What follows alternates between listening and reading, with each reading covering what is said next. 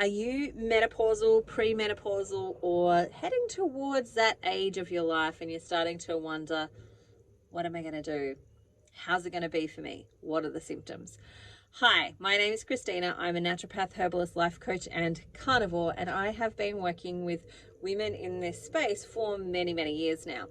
And so I wanted to come and address this particularly a little bit more in this video because I have a lot of women who've been asking me some questions, or I've been working with them and they're suddenly starting to realize that they have maybe been lied to, or maybe have not been given really good information throughout their reproductive life.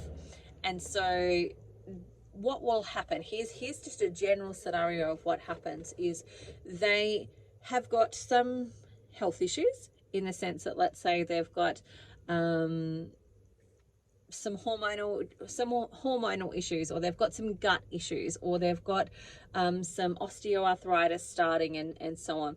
And they turn to something like Carnivore.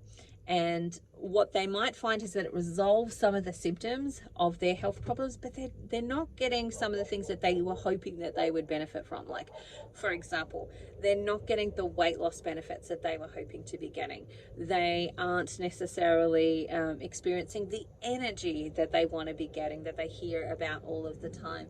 And they're feeling like something's not quite right. They maybe have even gained weight on the protocol or on the diet. And so inevitably they'll come and have a session. Well, I hope that they do before they actually throw it in. They'll come and have a session where I can actually start to help them understand what's been going on for them. And so in order to understand what's been going on, we have to understand first the female cycle and how a normal healthy female cycle actually takes place. So in a normal healthy female cycle, you shouldn't really actually have that many symptoms, in the sense that you shouldn't really have tender breasts before your period, like, maybe slight tenderness or slight more arousal, for example, in that area, but not like really sore or really tender. You shouldn't really super know that your period is coming until it's there. Because if there's signs, for example, like people will say, I know that I've ovulated, that for me is a little bit of if you know that you've ovulated, how do you know? And the answer to that is, I felt a little bit of a tinge or a pain or a sensation on one side of my body. And that usually coincides with the time that I should be ovulating. And so I assumed that that's an ovulation sign. And it actually is an ovulation sign. But if there is that sensation, like if you are noticing it, then the likelihood is that there is a slight hormonal imbalance. If you notice it a lot, for example, it's painful, then there is an even bigger hormonal imbalance there. Because what's meant to happen is that we have this beautiful symphony of hormones that take place in women that men don't have.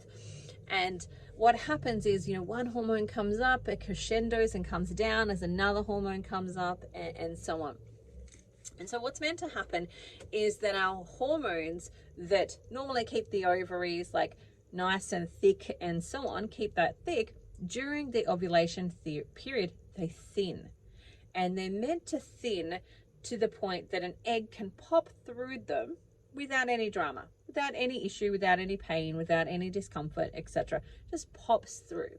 And so if, for example, you are experiencing pain during ovulation, or something that's very noticeable, then what's happening is that this window where it's meant to open and thin and the egg pops through is probably starting to either happen too early when it's not quite thin enough, or too late when it's actually starting to close again. And again, it's not quite thin enough. So it's still popping through, but it's not happening at the right time. And that just means that there's some hormonal displacement there, in the sense that they're not quite, the symphony of your hormones is not quite playing out as well as it could, should, or, what it should be doing to keep you healthy and well.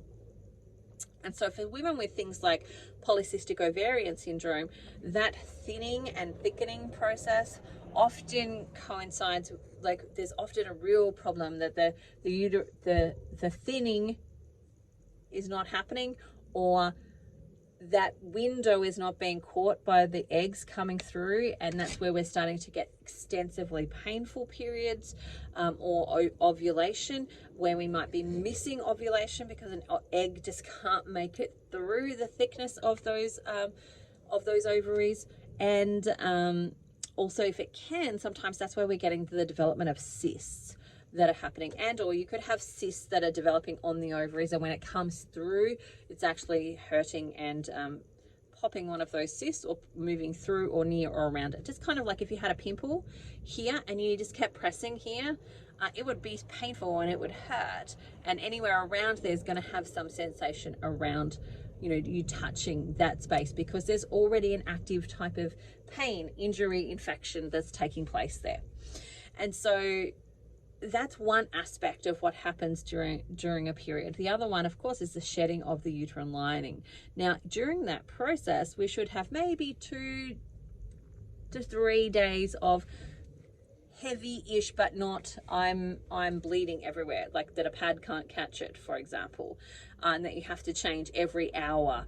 You know, you should be able to maintain a heavy flow pad for probably 3 to 4 hours, just depending on your level of activity. If you're sedentary, then you should be able to last a little bit longer. If you're really active, the movement is going to actually increase the flow that's coming out. So you might need to change that a little bit sooner, depending on your activity levels, especially during that period of the month. But after that, it should start to peter out and move to a light period at that point in time, where we then just get some old blood that's coming through. That's what it should be like. And you shouldn't have a lot of cramping and a lot of pain. You shouldn't have like a week before your period, I know I'm getting my period, this is going to be really bad, like, you know, and you're feeling nauseous or headachy or symptomatic in any sorts of ways. That's not actually how it should be. Like, a really healthy period is one where, oh my God, I've just got my period, because you haven't been tracking. Maybe you forgot to put it on the calendar and look at it. And you kind of get caught because there's no really big signs in your body that that's actually happening, and that you've got a normal healthy amount of blood that's actually coming out as well. It finishes, and then, you know, we move on to the next cycle. That's what a normal healthy period should look like. However, having spoken to women for the last 10 years in this sort of health coaching naturopathic space, I've learned that that's actually not the case for a lot of women. And or maybe when they were younger, it's not the case for them for a long period of time, because there's been a lot of things that have happened. So for example, they got their period, say when they were 11, they went to the doctor because they had really heavy flows. The doctor went, right, we'll put you on the pill, that will fix that. And so they then went on the pill that regulated or controlled their hormones, instead of actually going, this is a sign that something's out of balance. Let's figure out what's out of balance and help with that. Like, that's generally not the case that young girls are getting. It's not the story that young girls are getting when they go to the doctor because they think that something is wrong. Instead of the doctor helping them figure out what's wrong and fix that problem, they just get the band-aid of the pill. And, you know, there's a whole heap of people talking about, just skip your period. If you're on the pill, just keep taking the pill and skip your sugar pills and don't have those days, so that you miss your period altogether. And so there are women that are, especially, you know, young women, that have gone for years without actually having a period because they just keep taking and skipping the sugar pill. And that's not healthy, because this flow is actually meant to clean and cleanse. And if you're not cleaning and cleansing, you're creating stagnation. And stagnation is like water. If you've got a waterfall, you're going to get beautiful fresh water from it. But if you've got a pond that's stagnant, it's going to stink, and it's going to be festy, and it's going to breed pathogens and create illness within your body. And so that's what's happening for a whole generation of women who have been down this pathway with the medicalization of their period. Instead of somebody helping them fix it and helping them rebalance their hormones, they just get this band-aid. And so then what we want to look at is at the other end of the spectrum, which is where women start to move into menopause. Now, there are a couple of things that I personally am seeing in that space. One of which is that people need to understand that the period for women is like an emergency escape hatch, in the sense that it is, men don't have this emergency detox escape hatch, only women have it. But back in medieval times, one of the things that practitioners, doctors used to do at that point in time was that they would do bloodletting. And the reason that they gave for doing the bloodletting was at that point in time, they thought it let out the evil spirits. So they would they would make a cut, let somebody bleed for a bit, sew it back up and so on. And for a lot of people, they actually recovered and got well from that. And they did that with the belief that what they were letting out with the blood was the evil spirits. What they didn't know is that what they were letting out with the blood was the river of toxicity that was inside of that person's body. And I'm not encouraging you to do bloodletting by any means or shape or things. What I'm encouraging you to do is work out, why is there a river of toxicity in your body? Like, where is that toxicness coming from? How can we stop it? How can we change it? What needs to be fixed in order to actually move forward? So don't hear that story and go, oh, now I need to go do bloodletting. No, you don't need to go do bloodletting. But the theory was there that they had already started to establish this idea that the bloodletting actually improved the vitality of the individual because it got rid of a lot of toxins. Now, they didn't know that that was what was actually happening.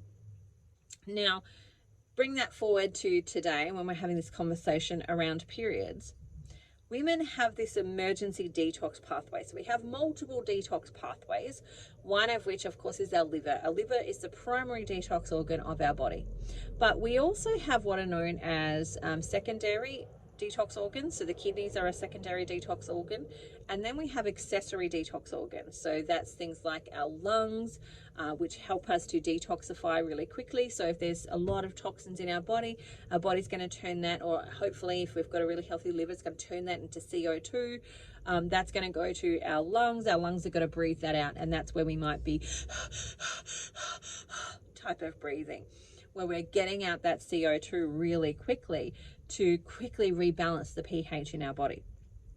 Now, that's a faster way to rebalance that pH than the kidneys. The kidneys will rebalance pH, but they are on a much slower sort of system, whereas the lungs can do that much more quickly. So the lungs are accessory detox organs. The skin is an accessory detox organ. So generally for me, I'll see that come up when somebody's got skin conditions. So let's say they've got a lot of acne, they've got psoriasis, they've got eczema, they've got spontaneous rashes. That's some type of level of detoxification that's needing to take place. So whether that detoxification is because they've touched something and it's been toxic to them and then they've got contact dermatitis, or whether it's something internal. So that's an accessory detox organ and a process that happens. So imagine Mr. Liver is sitting there going, oh my gosh, I have so much work to do today. I don't know how I'm going to get through it all. And I need to get through it all. Hey, yo, liver. The liver calls out to the lungs going, hey, lungs, can you help me with some of this backlog? And the lungs go, yeah, sure, bro, send it over. I'll do some work with it. And the skin gets that same call. Yo, skin, can you take care of some of this? Sure, send it over and I will do that for you. Now, these accessory organs, and I've only mentioned 2 of 5 different ones. So we've got the bowels, we've got, the lymphatic system, the immune system, etc. Are all part of those accessory detox organs. Now, in this scenario where the liver is being helped by the skin or the lungs or something else, those other accessory detox organs weren't designed to primarily be detox organs. They're designed to do their function. So skin is meant to, be a barrier protective system. So it protects you, it keeps your innards in, and the things that are out. It's meant to do those things. And it can do some of the processes of detoxification, but that's not its primary function. And so it's never meant to do that as its full-time job. It's something it could do on the side. It's kind of like a side hustle that the skin could actually do. The same with the lungs. The lungs are there for oxygenation and balancing pH, but they can also do some detoxification. And again, it's not their primary function. It's kind of like their side hustle that they can do on the side. And so the period is one of those things as well for women. It's a secondary detoxification organ, in the sense that if you've got a lot of toxins in your body, you are putting that into the blood, or the liver puts it into the blood, sends it to the uterus, and the uterine lining starts to get built up with this blood that's got some of these toxins in it. Then when you have a period, it's like, quick, get those toxins out, flush it through, get them actually out. And again, it's not its primary function, because it's not actually the preferred pathway. It is I'm stuck, I have got no other options, I just need to get this toxicity out of me. And so this is the way that I know how to do it. And so what then happens is that over time, if that process of toxins being sent to the uterine lining and then moving out through the period happens on a much more regular basis, versus I've just been exposed to something dangerous and I need to get rid of something quickly. Instead of that scenario of as a one-off or a rare thing that's actually happening, it's happening for a lot of women on a much more regular daily basis. And if you can imagine that every day, or at least for 3 weeks of a month, I'm putting on some toxic cream onto my arm, at some point you're going to expect that that's going to cause a rash, that that's going to cause a problem. If I'm putting on something that's slightly toxic and it's staying on my skin for at least 3 weeks, and then, you know, it gets a good scrub and wash off, the skin's not going to be intact. It's going to have some issues. It's going to have some dramas, and it's going to do things like create endometriosis or other types of scarring tissue that's actually taking place there. And so from that perspective, in order to understand menstruation and menopause, we need to understand how this all works. And I'm giving you a really brief overview of how this works. So essentially, what then happens is you start to move to menopause, where your hormones start to go, well, it's time for us to say goodbye to the period. And once that stops, your liver goes, oh my God, where am I going to send all this extra work? Where's this all going? And so essentially what happens is that we'll go through this period where the liver's got to catch up and go, oh, I don't have this detox pathway anymore. I've got to send out this extra stuff, and so on. And what it will do is actually give you things like hot flushes, because one of the ways to get the skin to detox is to heat and sweat. Heat and sweat. And as that sweat is pouring out of you, what's going with it are the toxins. Like we, have known that sweating is one beautiful way to detoxify our bodies forever and a day. That's why we've got saunas. That's why historically you'll see things like saunas and cold plunges have been around for a really long time as a part of good, healthy immune practices and detoxification practices. But your body does that naturally when it gives you a hot flush. When it gives you that sweaty hot flush, it's because there's too much toxicity and your liver can't cope with it.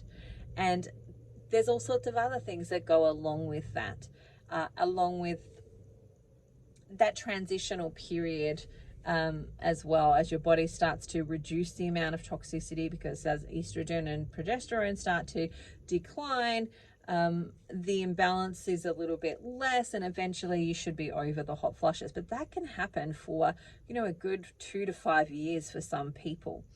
And you actually shouldn't have them at all. Like, they're not the sign of a healthy menopause. They're actually the sign of a sick menopause. They're the sign of health complications and sickness that has not been dealt with or resolved throughout the actual life of the individual. And that's the key thing.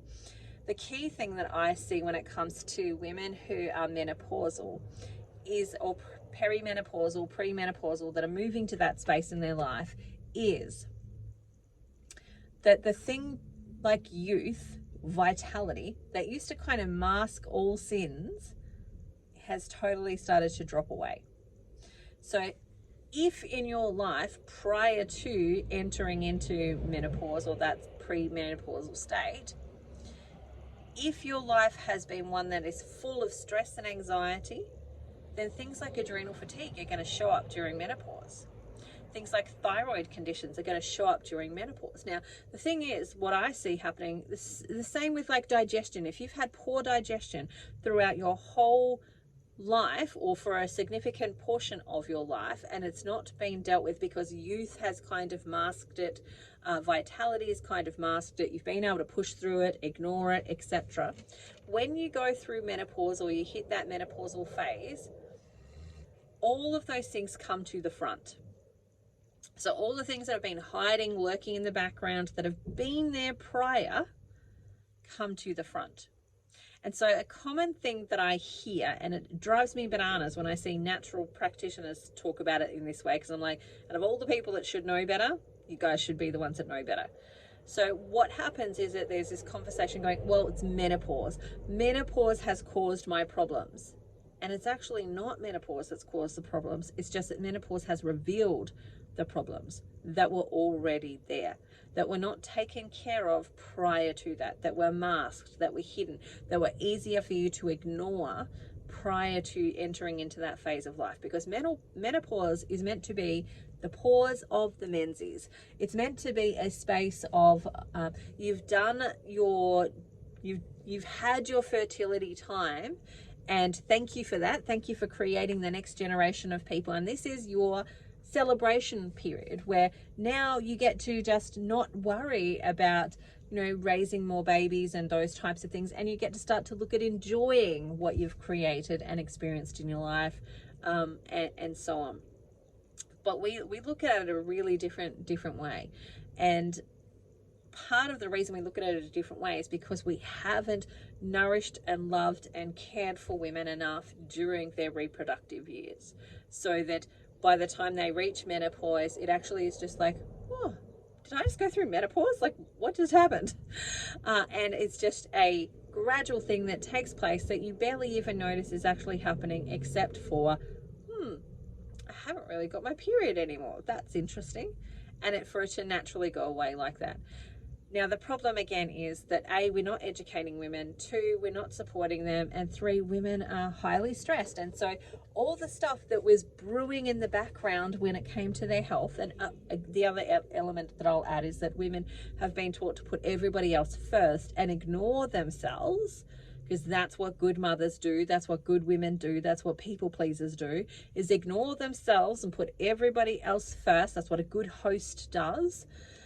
And in that, they've missed their signs and symptoms that something was wrong, that something was amiss, that something needed support, that they needed to take care of themselves in some way, state, or fashion.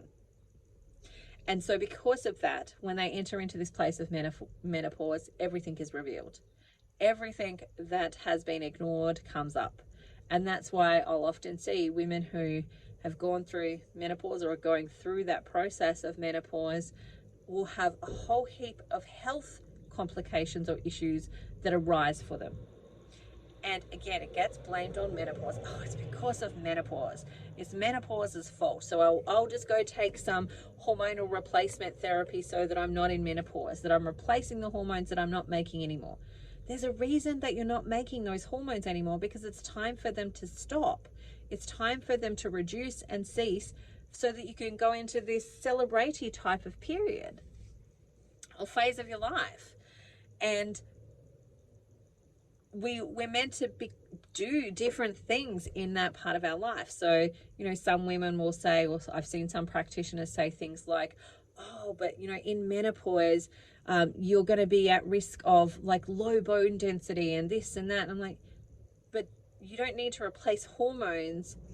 You're meant to change your lifestyle at that point. Like, your lifestyle is meant to change as you move through that. You're meant to move to being more building, which is actually building your body up, versus you spent so much time, if you were having babies or you had multiple babies, I had 7 of them, you spent so much of your resources giving. This is the building time, and it's where we should be doing things like lifting weights, doing some resistance training, because that's where we actually trigger the building of bone and muscle. It's where we eat in a way that actually nourishes our bones and our muscles. It's where we do activities that support that as well. It's where we get outside and spend time soaking in vitamin D and enjoying this phase of our life by doing some of these practical things. Like, there's so many things that can be done to actually support great brain function, and that's where carnivore can be super helpful. That's where eating things like sardines can be amazingly beneficial for women as they move through this phase of menopause and into their later years of their life. It's where resistance training can be beautiful. It's where getting outside in the sun and exploring and adventuring and gardening and doing all of the things that fill up your cup can be really beneficial. You don't have to take a hormonal replacement in order to get those benefits. If you choose to do that, that's a choice that you can make and you're allowed to make in this society. And so, if you want to do that, by all means, go do that. But if you don't want to be stuck to taking a tablet every day and actually want your lifestyle to be one that actually supports you so that you move through into old age really well and healthy and so on and vibrant, there's lots of great stuff you can do, and carnivore is one of those ways. Ketovore can be another great way. If you couldn't fathom never having fruit or vegetables again, ketovore could be another really great way to do that. And I'm really stressing into the keto sort of phase. Like, carnivore is keto, keto is keto, and ketovore is keto as well. Because in that sweet spot of keto, where you're actually in ketosis and your blood glucose is in the right range, you naturally start to do things on a much more regular basis, such as autophagy, where your body does the reverse aging process, where it's actually repairing cells and repairing damage done to your body versus continuously just breaking down. If we go through the replicator phase, it's just replicate. And what we replicate are the current state of our cells. So if our cells are sick, we're just replicating sick cells. If our cells are healthy, then when we're replicating, we are replicating healthy cells. And so the autophagy phase of getting to a GKI score of between 1 and a 3 is where we're at that sweet spot of receiving autophagy, but we don't have to starve to get there. We don't have to not eat to get there. We can actually achieve that by doing some eating things. Now, the other things that I want to touch on is that, remember I said that menopause doesn't create the problems, it reveals the problems.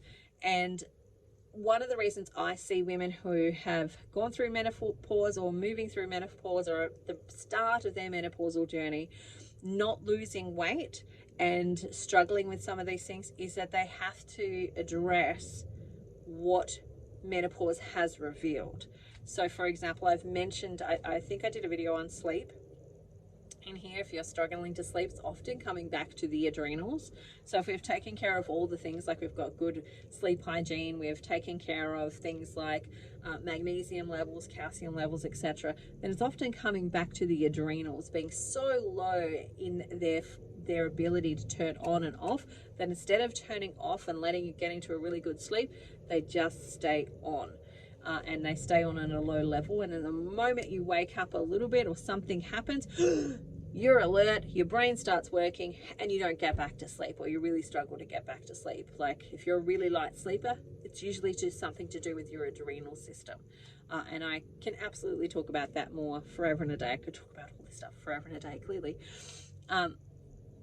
But we've got to actually support those adrenals. So what I actually find for a lot of women who are doing carnivore, moving into that menopausal space, is that we have to play with their fats. We have to play with how often they eat. So there is a lot of stuff that goes around in much of the sort of health nutritional spaces about what you should do, how often you should do it, etc., etc.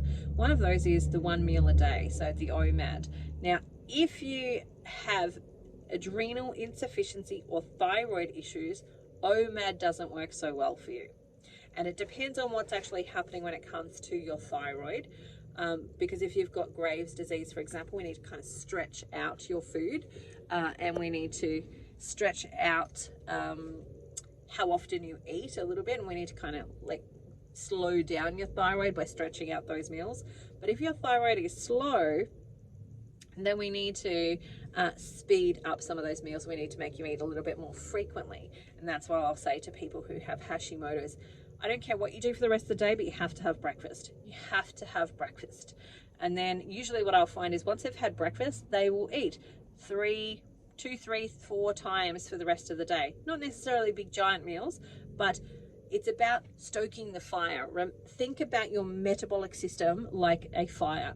If you just go in there and chuck one big log on it before you've even got coals, it's not going to do anything. It's going to be terribly hard for you to try and light a fire with just a log.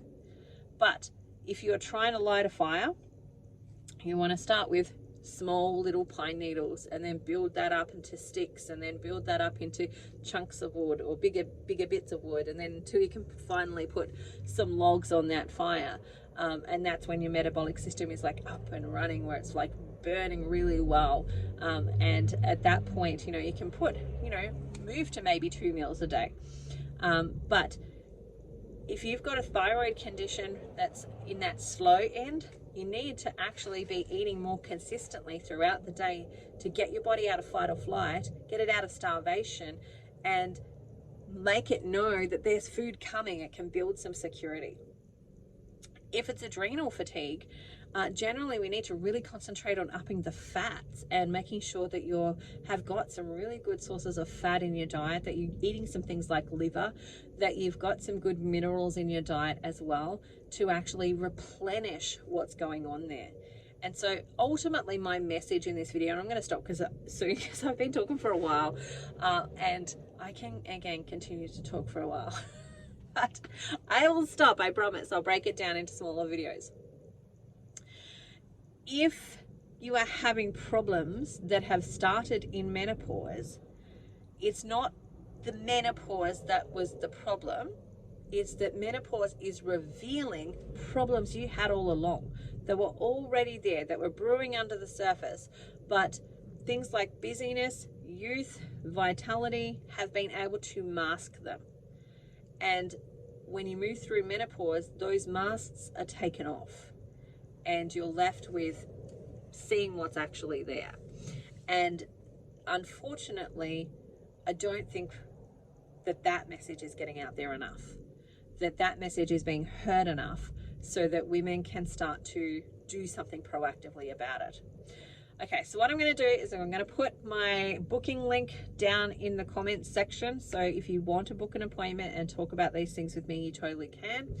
You do not have to be carnivore or keto to be able to work with me, but I'm likely going to encourage you to move somewhere along that direction. So just be warned. I've warned you already. And I'm happy to talk about these things. You can also come and join me in the Carnivore support group. We talk about these types of things in there all of the time as well. All right, I'm going to say goodbye. Bye for now. I hope you had the most amazing day ever, and I look forward to chatting to you again soon. If you do have anything that you would really like me to touch on, put it into the comments below, and I will look at making a video on that topic. Okay, thank you. Bye for now. See you later.